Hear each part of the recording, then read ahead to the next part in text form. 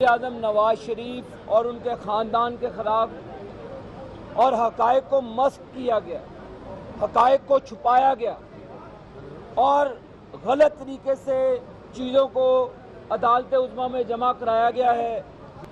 یا تو فیصلہ کر لیتے کہ ٹرائل سڑکوں پہ کرنا ہے یا عدالت عظمیٰ میں کرنا ہے، فیصلے عدالتوں میں کرنے ہیں یا سڑکوں پہ کرنے ہیں، یہ فیصلہ آپ کر لیتے، کیونکہ ان کے پاس حقائق پہ مبنی کوئی چیز نہیں ہے، مفروضات ہیں، مفروضات پہ روزانہ رات کو وزیر اعظم بن کے سوتے ہیں اور روزانہ اٹھتے ہیں۔ میں نے اپنی جتنی بھی میری پولیٹیکل لائف ہے، نواز شریف جیسا بے شرم اور بے غیرت آدمی اپنی پوری زندگی میں نہیں دیکھا۔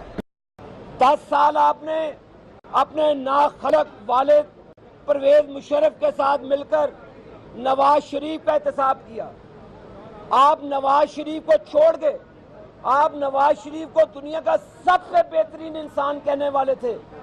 شکر الحمدللہ آج پرویز رشید ایسے چپڑاسی نواز شریف صاحب کے پاس نہیں ہے، ورنہ حال 99 والا پھر کروا دیتے یہ، اور انشاءاللہ تعالی یہ عدالت عظمیٰ فیصلہ انصاف پہ دے گی، عمران خان کے الزامات پہ دے گی۔